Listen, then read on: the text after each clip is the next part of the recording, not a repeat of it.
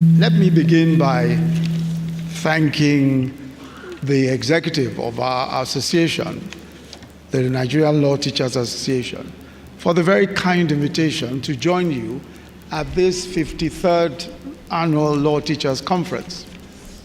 A Law Teachers Conference is always a homecoming for me. I started teaching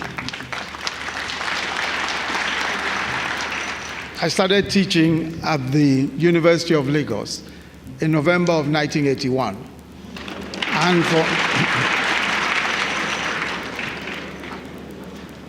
And there's no indication of how old I am, I assure you.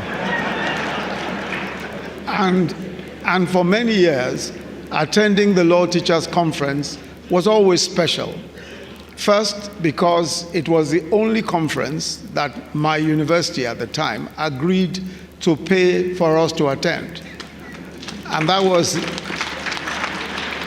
a big deal at the time, since our salary, my salary as a lecturer 2 at the time, was 620 naira a month.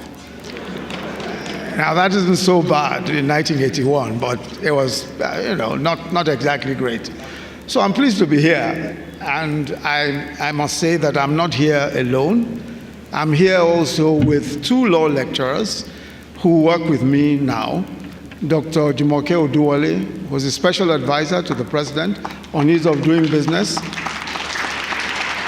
And she used to teach the law of contract, commercial law, and international economic law at the University of Lagos. And Dr. Balkisu Saidu, who is a senior special assistant to the president on legal research and compliance, and on law, legal research and compliance. And she's also my legal advisor. She used to be a professor, associate professor at the Usman Danfodio University, Sokoto, where she taught jurisprudence, Nigerian legal system, and Islamic family law. Although not here today, also my chief of staff, who is also the deputy chief of staff to the president, is a former law teacher, Mr. Raman Adeikwaye. He is not here today, but as you can see, I'm completely surrounded, even in my office, by law teachers. Your Excellencies, friends and colleagues, the place of the Law Teachers Conference is crucial. And let me paraphrase parts of my comments at the 50th anniversary of our Law Teachers Conference in 2018. Because we law teachers are the purveyors, the custodians, and the creators of the underlying concepts and foundational premises of legal thought. And because we are the thinkers for our system of law and justice and our profession, our conference has always been a forum for the free and yet deep interrogation of fundamental ideas and principles that hold society together. Questions like the trajectory of the rule of law, law and order, democratic practice, and their current interpretations and current efficacy. So our conference is a time to step back and reflect in order to come back to the problems with boldness and with greater innovation. The theme of this conference, Law, Democracy, and the Electoral Process, is entirely appropriate, and not just because our national elections will come in about a year, but because, as you would have noticed, democracy has come under severe attack in our sub-region and on our continent in recent times. Since 2017, there have been 12 military coups in Africa. Half of them have occurred since 2020. Last month, the democratically elected government of Burkina Faso was overthrown. Earlier, Mali and Guinea had suffered the same fate. While only last week there was an attempted coup in Guinea-Bissau that was thankfully repelled. The recent spate of extra-constitutional disruptions of democratic governance in our region lends an added poignancy and urgency to our reflection on law, democracy, and the electoral process. It's now 22 years since we put away the yoke of dictatorship and took up the reins of democracy. A generation of Nigerians have now come of age that has only civil rule, that has known only civil rule, and assume that that is simply how it must be, the right and power to choose their leaders. This is also the longest stretch of democratic governance in our history. We have witnessed a series of peaceful transitions of power, and this is a huge credit to the democratic sensibilities of all our people. Along the way, we are learning valuable lessons that can only make us better practitioners of liberty. We may be in the 22nd unbroken year as a democracy, but in the grand scheme of things, our country is still a young democracy. Many of our institutions are still in their infancy, and we must carefully guide them to maturity. We recognize that the price of liberty, as they say, is eternal vigilance. As one of the oldest democracies in a region that has long been plagued by autocratic and extra-constitutional regimes, democracy itself has now become part of our national exceptionalism. Our gallant armed forces are totally subordinated to civilian command and authority, and are fully committed to defending our constitutional order against internal and external threats. We have a relatively strong civil society that continues to push for greater accountability and the deepening of democratic practices. In keeping with our foreign policy traditions, ours has become a clear and strident voice for the promotion of democracy on the continent, and have been resolute in condemning extra-constitutional seizures of power. Historically, we have worked to restore and preserve democracy in places such as Liberia, Sierra Leone, and the Gambia. And at the same time, the events now happening beyond our borders impose a burden on us to exemplify the highest manifestations of democracy at home, so that we can more credibly promote democracy abroad. In 2015, we made history when an opposition party defeated the ruling party in a national election, and a peaceful transfer of power followed. In so doing, we vaulted over a hurdle that had fallen, where we had fallen at previous times in our democratic history. Since then, we have seen more and more elections at the state level, featuring transitions between parties.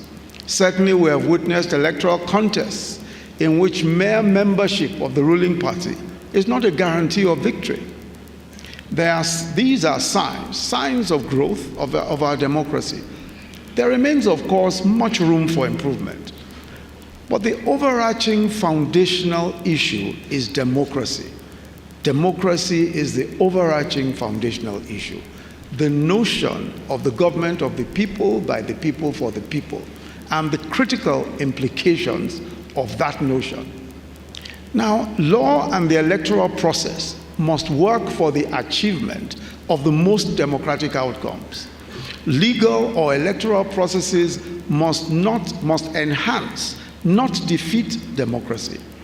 Central to democracy is the will of the voting public, the will of the electorate. That is central to democracy, and the right of that voting public to vote for candidates of their choice. That right is so central to democracy that it must be protected by electoral laws and judicial interpretation in electoral cases. This means that electoral justice must not be for the candidates alone. Indeed, the principal players, the electorate, must be front and center of judicial reflection on how to determine electoral cases. The judiciary must be wary of substituting their will for the will of the electorate. They must seek every interpretation that leaves the people with a choice of who they prefer. In the decision of the Supreme Court in the case of APC and Marafa, and that's a case where the Supreme Court nullified the elections, of all candidates of the APC, who nullified the elections of all the candidates of APC and gave judgment in favor of the party who were resoundingly defeated in the same election. In that election, in the 2019 elections, the grounds that the Supreme Court gave was that the APC's primaries, which produced the candidates that were voted for, were invalid. And without recourse to the electorates who had in the polls rejected all the other candidates of the other political parties, the Supreme Court declared candidates of parties other than the APC as winners of the various offices that were contested in that February 23rd and March 16 general elections. The court held that the APC votes cast by the Zamfara state electorate to select their preferred candidates to governors, senators, members of the House of Representatives, members of the House of Assembly, were all, and I quote, wasted votes. Why? Because, according to the court, APC did not conduct any valid primary election and as such had no candidates for any elections in the state. So here was a situation where the party that lost every seat from governorship down to the House of Assembly was given all those seats by judicial pronouncement. For the voter, this decision must have at best been puzzling. First, they had no idea, that is the voter, those who went to the polls that day, had no idea that the candidates of their preferred party were disqualified before voting.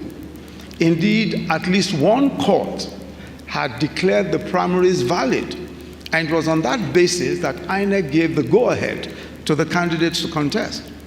Second, rather than giving seats to those that the electorate had rejected, ordering a rerun would probably have yielded perhaps a fairer result in the opinion of many of those who went to the polls on that day. And I agree with my brother A.B. Mahmoud Essien that there is a real issue of whether the courts have not assumed a larger duty in election cases than was constitutionally intended.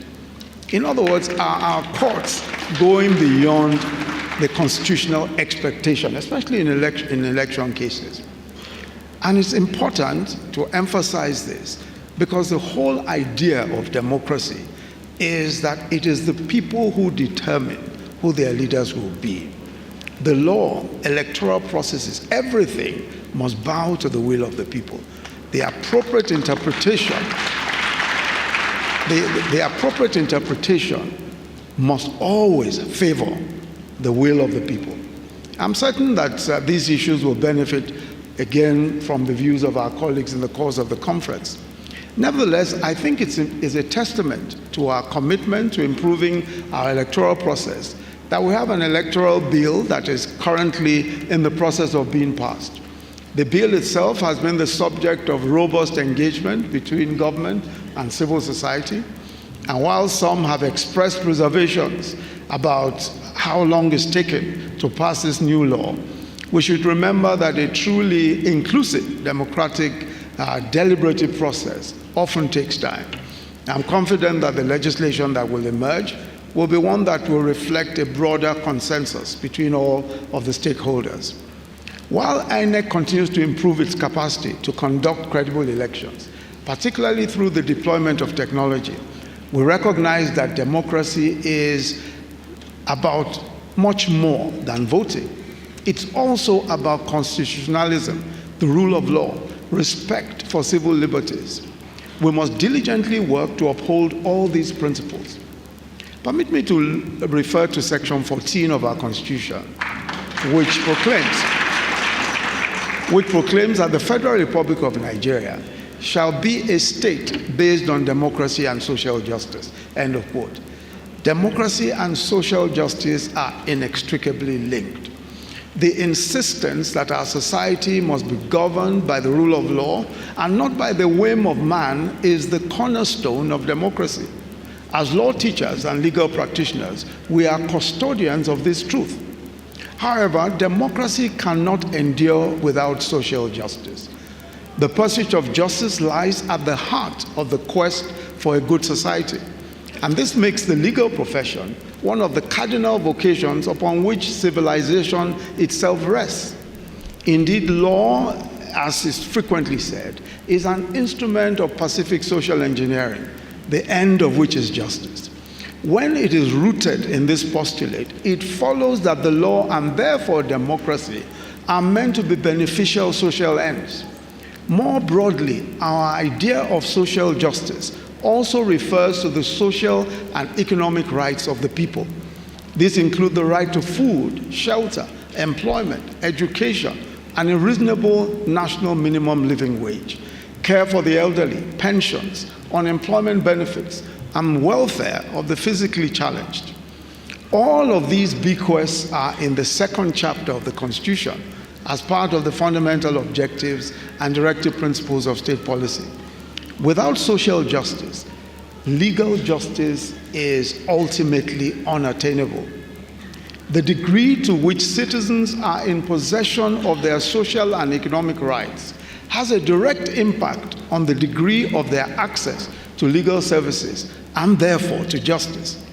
Our concern as law teachers and practitioners of the law must go beyond the courtroom, beyond the precincts of our legal institutions, to the social reality in which these structures themselves exist. The law is a social construct, and it makes sense only within a social context. To treat the law as something apart from society or as a body of technical abstractions is to strip it of meaning. This also fosters alienation between the legal profession and the people that it's meant to serve. Approaching the law simply as an instrument for achieving legalistic justice is grossly inadequate in our circumstances, especially given the levels of poverty in our societies. We're in an age in which society must grapple with the issues of structural poverty, entrenched inequality, disparities in access to social and economic opportunities, fractured access to justice, and the occasionally abusive conduct of law enforcement institutions, all of which create profound radical discontent within our societies. Notions such as the rule of law are meaningful only in the context in which the law is relatable by the public and is deemed consistent with the universal aspirations towards an end state of social justice. A society in which an increasing number of people consider themselves alienated from legal institutions or perceive these legal institutions to be incapable of delivering justice for all cannot be stable and prosperous. Section 17 of our Constitution asserts that the independence, impartiality, and the integrity of our courts of law and easy accessibility thereto shall be secured and maintained, end of quote. It is significant that the framers of our Constitution enshrined access to justice along with social and economic rights in the directive principles and objectives of state policy. It indicates that they saw access to justice. They saw the integrity of our justice system and socioeconomic rights as related and integrated imperatives.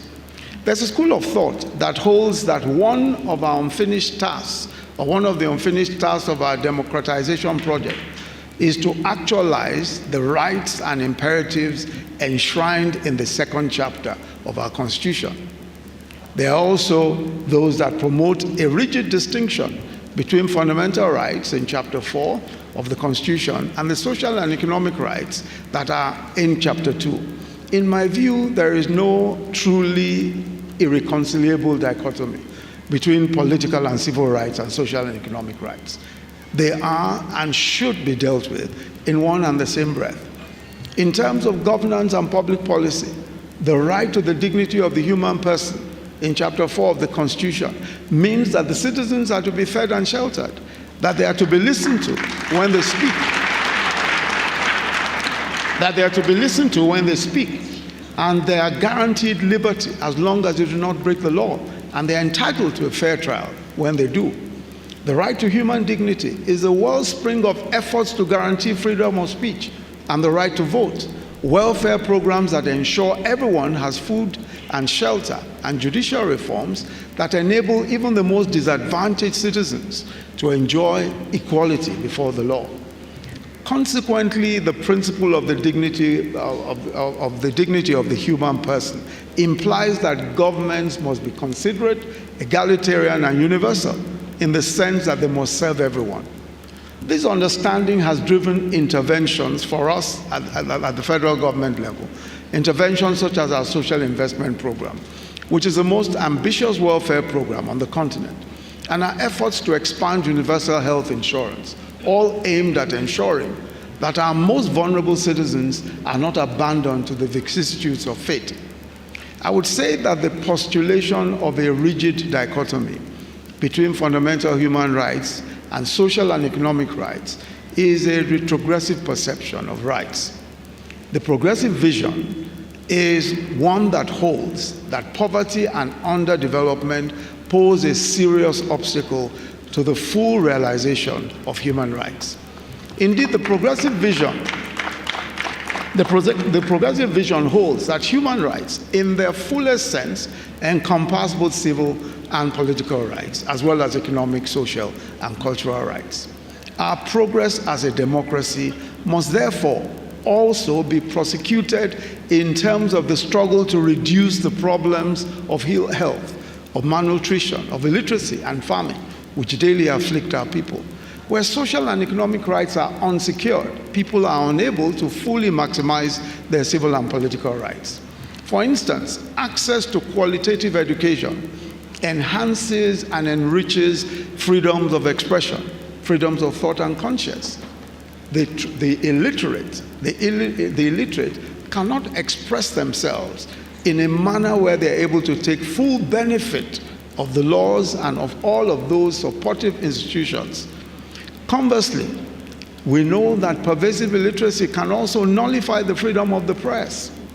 How do people who have no education access the traditional, even the non-traditional institutions of the press? Neither can such people derive their political rights and socio-economic rights. All of these are mutually reinforcing. But why do these issues matter? Simple. The value proposition of democratic governance is that it delivers the fulfillment of the social contract between the state and citizens. That is the value proposition of democratic governance, that ultimately it will deliver a social contract. The people speak about democracy. They expect that it will deliver that social contract that ensures social and economic rights, that ensures civil and political rights. Elections are a means, only a means to this end. In practical terms, therefore, democracy means more than the right and opportunity to freely choose one's leaders. It also means accessible qualitative education to the unlettered, affordable healthcare to the sick, inclusion for the alienated, social mobility for the poor, justice for the wronged, and security for the vulnerable. How effectively we deliver on these propositions will determine the growth and endurance of our democracy. To paraphrase Martin Luther King Jr., we must bend the arc of our democracy towards social justice. As teachers and practitioners of the legal craft, we should not be afraid of tackling the big conceptual and philosophical questions around the meaning of democracy. We must take the lead in shaping the conversations that drive policy and legislation around those issues, and in doing so, preserve public confidence in our vocation and in our capacity as a people to self-correct and self-govern.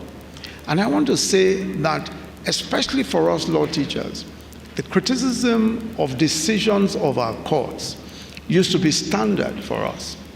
We had in our law journals, so many different law journals, critiques of several judgments of our courts. Our courts would usually quote those journals.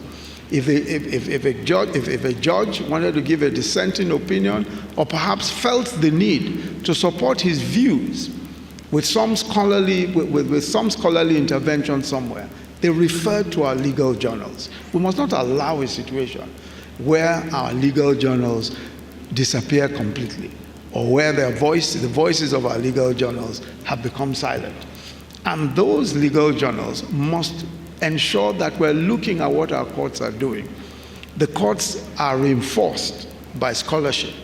It is scholarship that reinforces and helps our courts to clarify their own thoughts and clarify their own reasoning.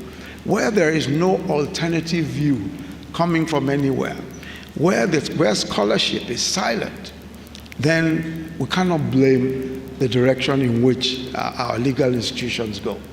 On this note, let me once again thank my colleagues for extending this kind invitation to me. And it's now my singular pleasure and privilege to formally declare this conference, the Nigerian Law Teachers Association Conference, 53rd Conference, open. Thank you very much.